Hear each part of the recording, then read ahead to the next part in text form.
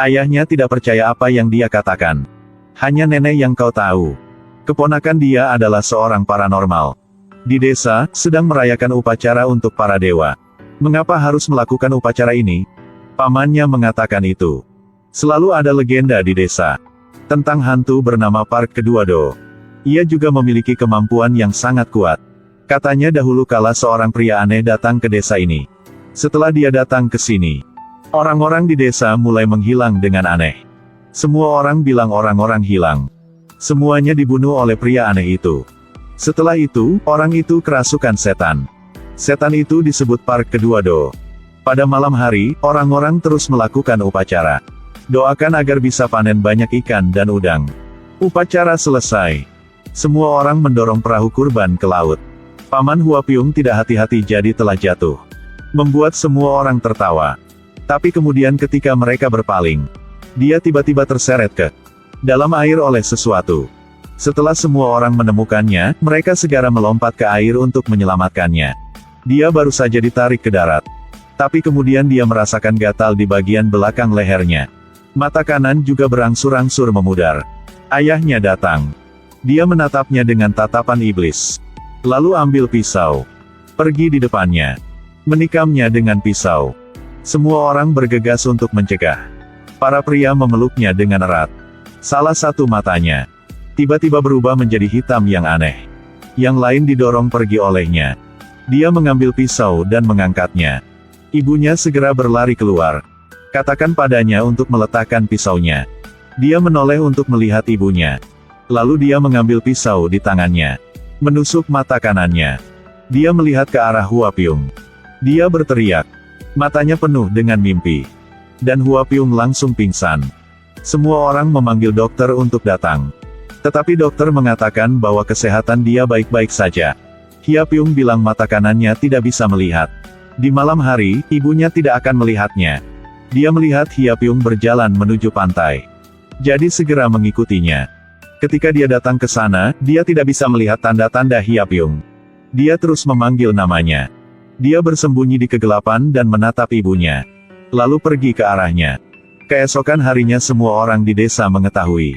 Ibu Huapiung tenggelam di laut. Hari berikutnya nenek Huapiung juga gantung diri dengan cara yang aneh. Ayahnya melihat foto-foto ibadah istri dan ibunya. Hanya dalam 2 hari yang singkat.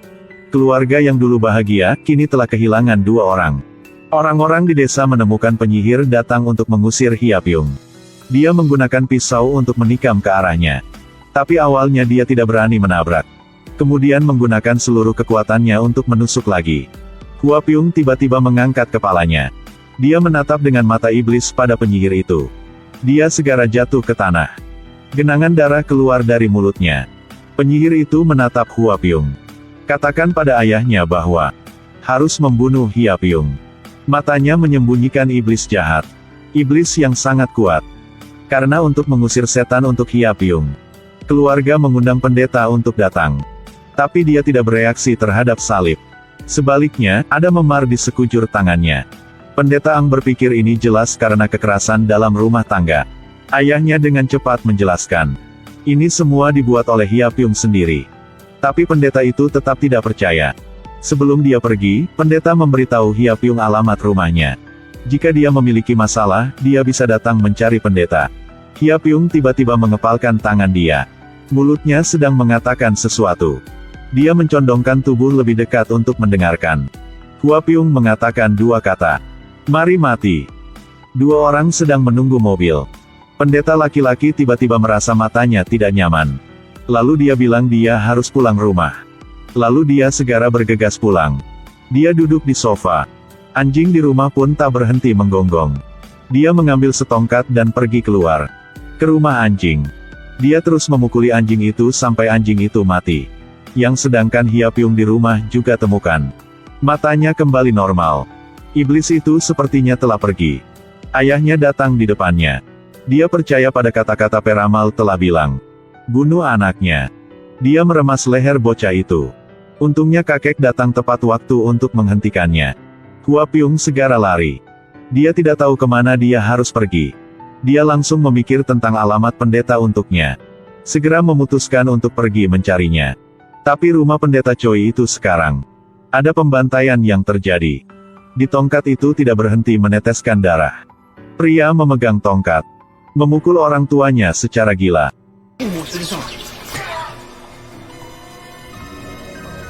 Dia baru saja selesai berurusan dengan orang tua dia. Telepon berdering di rumah. Dia mengangkat telepon. Guru bilang adiknya tidak pergi ke sekolah hari ini. Dia langsung pergi ke kamar adiknya. Anak itu sangat takut. Dia telah melihat semuanya dengan mata kepala sendiri. Dia dengan gila mendobrak pintu. Bocah itu segera bersembunyi di bawah tempat tidur. Hua Pyung mengikuti alamat ke rumah pendeta. Dia tiba-tiba berhenti. Rumah pendeta Choi memiliki iblis yang sedang mengganggu. Sebuah mobil datang dan berhenti di sebelah Hua Pyung. Wanita di dalam mobil itu bertanya padanya, "Apakah Anda membutuhkan bantuan?" Tapi Hua Pyung tidak menjawab. Dia turun dari mobil dan pergi ke arah dia. Hua Pyung mengangkat tangannya dan menunjuk ke rumah di depannya. Bocah itu tergagap dan tidak bisa mengatakan sepatah kata pun. Dia memutar mobil dan menyuruh putrinya menunggu di sini sebentar. Lalu dia pergi ke rumah itu. Saat ini, dia telah mendobrak pintu dan memasuki ruangan. Tepat ketika dia hendak menarik adiknya keluar dari bawah tempat tidur, ada suara ketukan pintu di luar. Dia pergi untuk membuka pintu. Dia menemukan bahwa dia memiliki darah di tangannya. Dia segera keluarkan kartu polisi. Katakan dia seorang polisi. Dia membiarkannya masuk ke rumah. Dia memberinya segelas air. Lalu dia bilang dia harus ke kamar kecil sebentar. Dia meletakkan cangkir air. Mulai melihat sekelilingi. Dia dengan lembut membuka pintu kamar. Pintu tidak bisa dibuka. Tapi dia telah mencium bau darah dari kamar. Dia segera menelepon rekannya. Dia mengatakan kepada mereka untuk datang ke sini dengan cepat. Lalu dia pergi ke ruangan lain. Menemukan seorang anak laki-laki di bawah tempat tidur. Dia mengulurkan tangannya padanya. Tapi anak laki-laki itu menatap punggungnya. Dia menoleh. Dia dipukul di kepala olehnya. Kemudian berdua mulai berkelahi. Dia menekannya. Dia menyuruh anak laki-laki itu untuk melarikan diri dengan cepat. Anak laki-laki itu berlari keluar. Dia didorong ke bawah olehnya lagi. Dia mengambil piala di sampingnya. Memukul kepalanya dengan keras satu persatu. Anak laki-laki takut lari keluar. Putri polisi itu menangkap bocah itu. Tanya dia kenapa ibunya belum keluar. Anak itu hanya menggelengkan kepalanya. Dia merasa ada yang tidak beres. Dia mau lari memasuki rumah itu mencari ibunya. Tapi dia dicengkeram oleh Hua Pyung dengan erat. Tidak boleh, jika kamu masuk ke dalam kamu akan mati. Tiga anak yang tidak saling mengenal. Karena setan ini, yang nasibnya saling terkait. Ada mobil polisi datang. Membawa jenazah ibunya keluar dari rumah pendeta. Melihat mayat ibunya, gadis menangis kesakitan. Hua Pyung tiba-tiba melihat pendeta yang dirasuki iblis berdiri di kejauhan. Dia bersumpah bahwa dia akan membunuh iblis jahat itu sendiri. Tak lama kemudian, 20 tahun telah berlalu. Hua Pyung menjadi sopir taksi. Untuk kenyamanan menemukan lokasi pendeta itu. Selama 20 tahun, dia selalu pergi mencari petunjuk yang berhubungan dengan iblis. Dengan kedewasaan, sekarang Hua Pyung tidak bisa melihat hantu lagi. Tapi dia punya kekuatan lain. Terkadang dia bisa merasakan ada pembunuhan sedang terjadi. Gambar yang tidak jelas muncul di benaknya. Hua Pyung membuka matanya. Dia segera online untuk mencari alamat yang baru saja dia temukan. Dia telah bisa datang ke tempat di mana dia merasa ada mayat di selokan itu. Polisi dengan cepat tiba di tempat kejadian. Dan polisi wanita ini adalah putri polisi wanita yang dibunuh di rumah pendeta Choi. Dia juga seorang polisi. Orang mati adalah bos perusahaan pembersih. Untuk menemukan petunjuk, dia pergi ke perusahaan pembersih itu. Dia tahu beberapa informasi dari kata-kata karyawan di sini. Pipa saluran pembuangan baru saja menemukan mayat di dalamnya. 2 bulan lalu salah satu karyawan mereka juga pernah terluka di sana. Karyawan itu juga memberitahunya. Ada juga sopir taksi barusan datang untuk menanyakan tentang hal-hal ini. Hua Pyung sekarang telah tiba di rumah karyawan yang terluka itu. Istrinya mengatakan bahwa ketika suaminya ada di sana untuk membersihkan, telah tercekik. Jadi sekarang otaknya terluka. Sekarang tidak bisa berjalan atau berbicara. Bos perusahaan mengatakan bahwa suaminya adalah karyawan paruh waktu.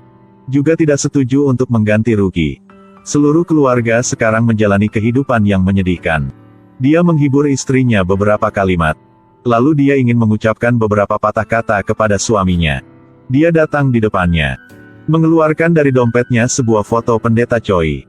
Tanyakan padanya apakah dia pernah melihat orang ini. Ketika dia melihat gambarnya, seluruh badannya menjadi gelisah. Hyapyung hanya bisa pergi. Dia memberi istrinya nomor teleponnya. Jika Anda melihat sesuatu yang tidak biasa tentang suami Anda, hubungi saya segera. Istrinya baru saja menutup pintu. Putrinya pulang tepat waktu itu. Dia mengatakan bahwa ayahnya agak aneh akhir-akhir ini. Anda bertanya di mana keanehannya. Dia bilang ayahnya terkadang seperti berubah menjadi orang yang lain. Dia mau tanya lagi. Tapi dia bilang dia harus pergi ke sekolah. Lalu dia cepat pergi. Hyapyung tebak. Dia mungkin dirasuki hantu. Dia melihat keputusan untuk duduk di dalam mobil dan mengamati rumah itu. Gilyang tiba-tiba datang kepadanya. Lalu bawa dia ke kantor polisi. Dia adalah orang yang melaporkan kejahatan itu tadi. Sekarang muncul lagi di keluarga karyawan itu. Gilyang curiga dia terlibat dalam kasus ini. Dia segera menyelidiki informasi tentang dia. Tapi tidak ada catatan kriminal dulu. Dia bilang dia adalah seorang sopir taksi.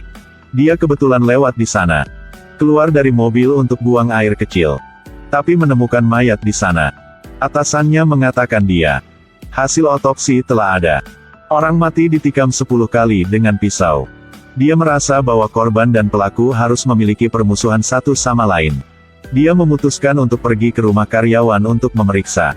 Tapi sekarang istri tiba-tiba menemukan bahwa tangan suaminya memiliki luka. Lalu sang suami membuka mulutnya untuk berbicara. Aku akan membunuh mereka semua. Dia ditakuti oleh suaminya. Dia bilang dia harus pergi bekerja. Istri baru saja bersiap-siap untuk keluar. Berdiri di luar jendela untuk mendapatkan nomor telepon yang ditinggalkan oleh Hyapyung. Suaminya memanggilnya. Tanyakan padanya mengapa ia jin meneleponnya. Istri berbalik ketakutan. Lalu dia melotot. Suaminya sedang mencoba untuk berdiri.